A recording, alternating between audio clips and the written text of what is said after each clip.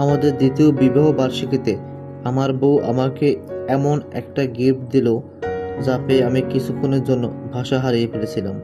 সত্যি এমন গিফট হয় আমার জানা ছিল না।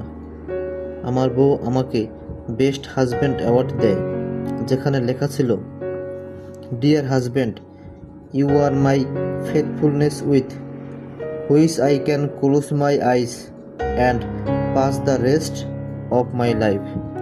I love you so much. You are the best husband in the world. Dedicated to you, wife. একজন হাজব্যান্ড হিসেবে এটা আমার কাছে অনেক বড় পাওয়া। বেস্ট হাজব্যান্ডের অ্যাওয়ার্ড পেয়ে আমি অভিভূত। তোমাকে অনেক ধন্যবাদ প্রিয়। তুমি আমার কাছে ভগবানের দেওয়া সব থেকে বেস্ট গিফট।